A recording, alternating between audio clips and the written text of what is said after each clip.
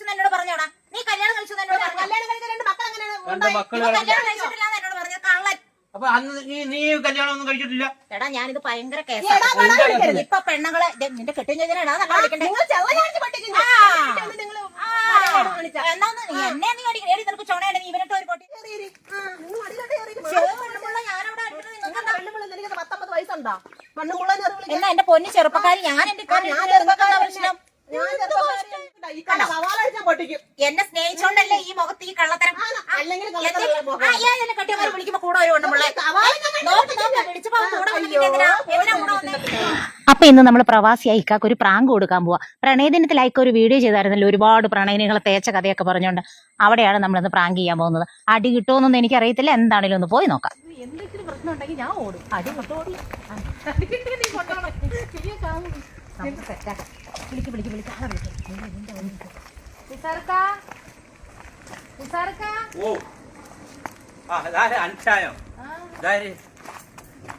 എന്റെ ഒരു കൂട്ടുകാരിയാ.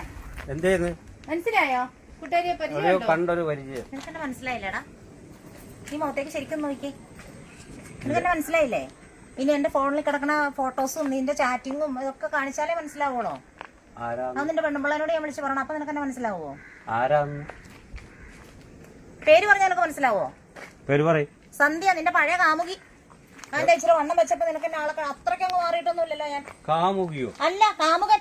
അപ്പൊ പിന്നെ ഇത്രയും കാലം എവിടെയായിരുന്നു? ഇപ്പൊ വന്ന് കാമുകി ഇപ്പൊ ഓടി വന്നിട്ടൊരു കാമുകി എന്ന് പറഞ്ഞാൽ ഇത്രയും കാലം എന്നെ തന്ന നിരക്കെങ്കിലും വേണ്ടി. നീ ഗൾഫിലെ നമ്പർ തന്നു, നാട്ടിലെ നമ്പർ തന്നപ്പോ ഏതാണ്ട് ഒരു മുറുക്കാൻകടയിൽ അവന്റെ നമ്പർ അല്ല ഇപ്പൊ എവിടെയൊക്കെ പോയി വല്ലതൊക്കെ ആയി ഒന്നുമില്ലാതെ വന്നപ്പോ തിരിച്ചു കാമുകനെ പെണ്ണുമ്പിള്ള വിളി പെണ്ണുമ്പിള്ള വിളിച്ചിട്ടോ കുബിയേ പെണ്ണുമ്പിള്ള. കെട്ടിയന്റെ വിശേഷങ്ങൾ പറഞ്ഞുതരാം. ഞങ്ങൾ തമ്മിലേ കുറെ വർഷങ്ങളായിട്ട് ഭയങ്കര പ്രണയത്തിലായിരുന്നു. ഇങ്ങനെ ഗൾഫിൽ ഉണ്ടായിരുന്ന സമയത്ത് അവിടുത്തെ മൊബൈൽ നമ്പർ എനിക്ക് അറിയാവുന്നുള്ളൂ. തിരിച്ച് നാട്ടിലേക്ക് വന്നപ്പോ നാട്ടിലെ നമ്പർ തരാൻ പറഞ്ഞപ്പോ ഏതോ ഒരു മുറുക്കാൻകടക്കാരന്റെ നമ്പർ തന്ന് എന്നെ തേച്ചിട്ട് നമ്പറല്ലേ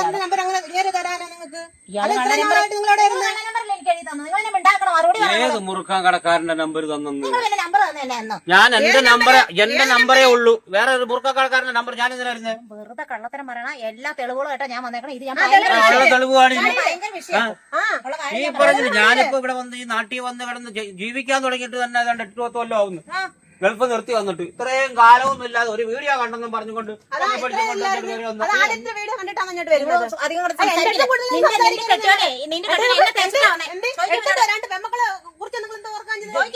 ഇത്രയും ദിവസം നീ ഇതെല്ലാം കണ്ടിട്ടുണ്ടോ? ഞാൻ അന്ന് പറഞ്ഞില്ല, ഇത് പറഞ്ഞില്ല. അങ്ങനെ ആദ്യം തിരക്കി വരെ എത്രയോ പേര് പറഞ്ഞു.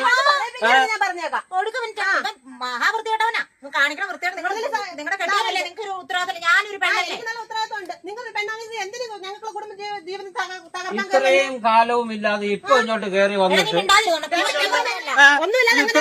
ഇത്രയും കാലമായിട്ട് ഇവിടെ ആരെങ്കിലും വന്നേക്കുന്നോ? ഇത്രയും നാളായിട്ട് ഇവിടെ ആരെങ്കിലും വന്നേക്കുന്നോ? ഓടി ഒരാൾ ഓടി ഇങ്ങോട്ട് വന്ന് പറഞ്ഞോട്ടെ നീ അങ്ങോട്ട് വിശ്വസിക്കാനും ചോദിക്കാനും പറയാനും. പിന്നെ ഞാൻ എനിക്ക് ആര് തരട്ടെന്നും പറഞ്ഞ് നടക്കുന്നത് ഞാൻ ചെലവ് തരാൻ. ഈ പ്രേമം കൊണ്ടിട്ട് ഈ 10 കൊല്ലം കഴിഞ്ഞിട്ടാണോ പ്രേമം കൊണ്ടുവരുന്നത്? എവിടെയാ പോയി കെട്ടിയതൊന്നും ഞാൻ ചോദിക്കുന്നത്.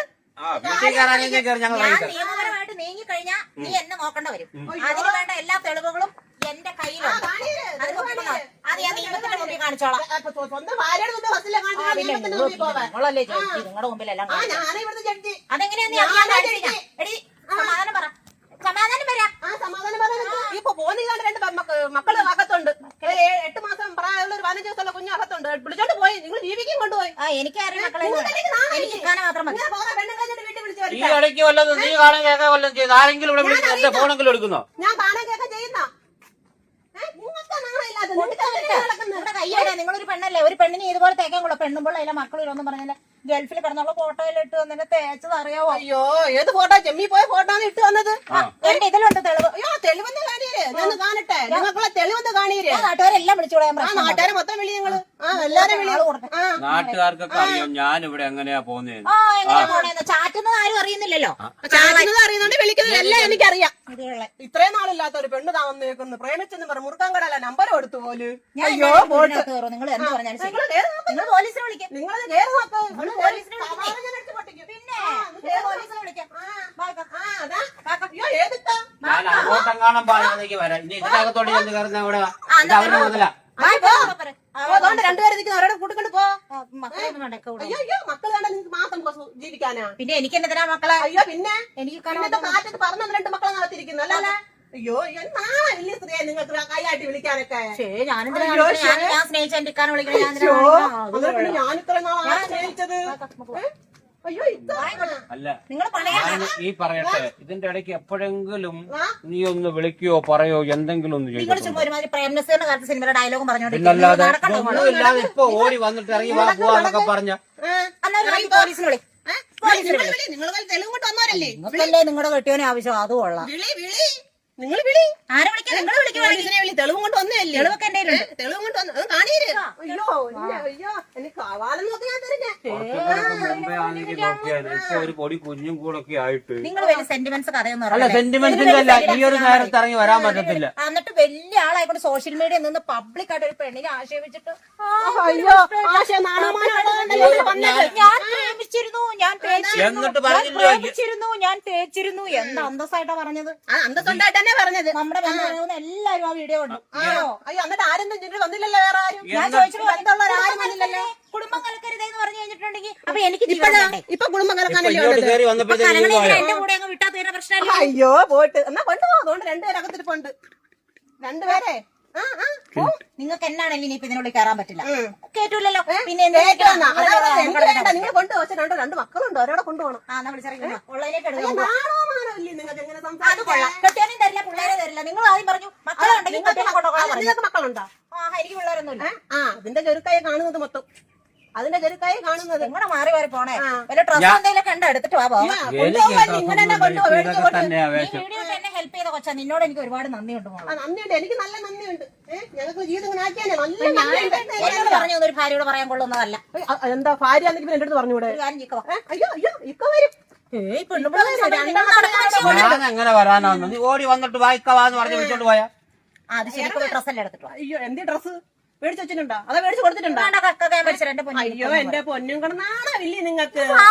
അയ്യോ ഇക്ക ഞാൻ അങ്ങനെ ഇപ്പോഴത്തെ ഒരു സാഹചര്യത്തിൽ വരാൻ നീ പറയുന്നേ. കണ്ടോ ആ ഫേസ് പോയി നിങ്ങൾ കണ്ടോ? ഇപ്പത്തെ ഒരു അതായത് നിങ്ങൾ ആ പ്രശ്നക്കാരി. ഞാനാ പ്രശ്നക്കാരി. നിങ്ങളത് പോയാ ഇപ്പന്റെ കൂടെ പോകാൻ മക്കളെ കൊണ്ട് പോ. രണ്ടുപേരുണ്ട്.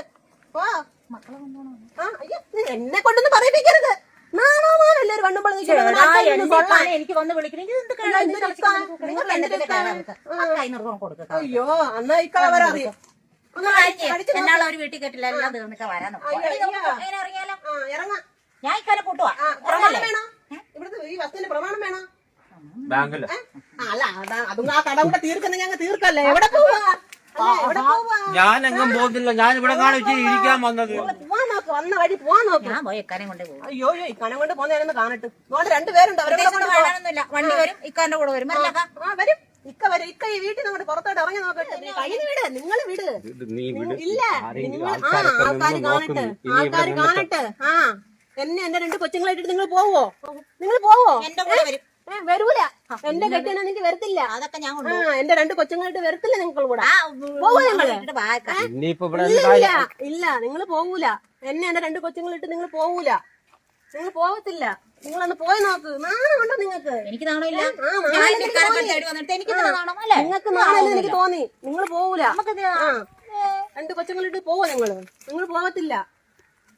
എന്തൊരു നിക്കുന്ന കൈയും കിട്ടി ഒരു കുടുംബം തൊലച്ചിട്ട് വന്ന് നിന്റെ ഇക്ക വായിക്ക. നിങ്ങൾ പോവൂല. എല്ലാവരും പറഞ്ഞ് ഇനിയിപ്പൊ എപ്പോഴും ഇങ്ങനെ ഒരു കുത്തും വാക്കും വഴക്കും ഒക്കെ ആയിട്ടിരിക്കും. ഇല്ല ഇതെന്ത് ഇവര് റെക്കോർഡ് ചെയ്ത് വെച്ചേക്കണോ? ഇല്ല പോവൂല, ഇല്ല പോവൂല. നിങ്ങൾ വായിക്കാം. വെറ്റലുകാരി ഞാൻ അറിയും.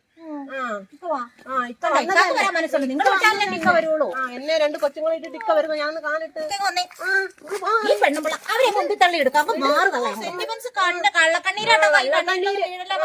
പിന്നെ പൊന്നെ കണ്ണീരിലൊന്നും ആരുടെ പൊന്ന്? എന്റെ പൊന്ന് നാട്ടുകാരുടെ ഇത്ര നാള് എന്റെ കൂടെ ജീവിച്ചത്.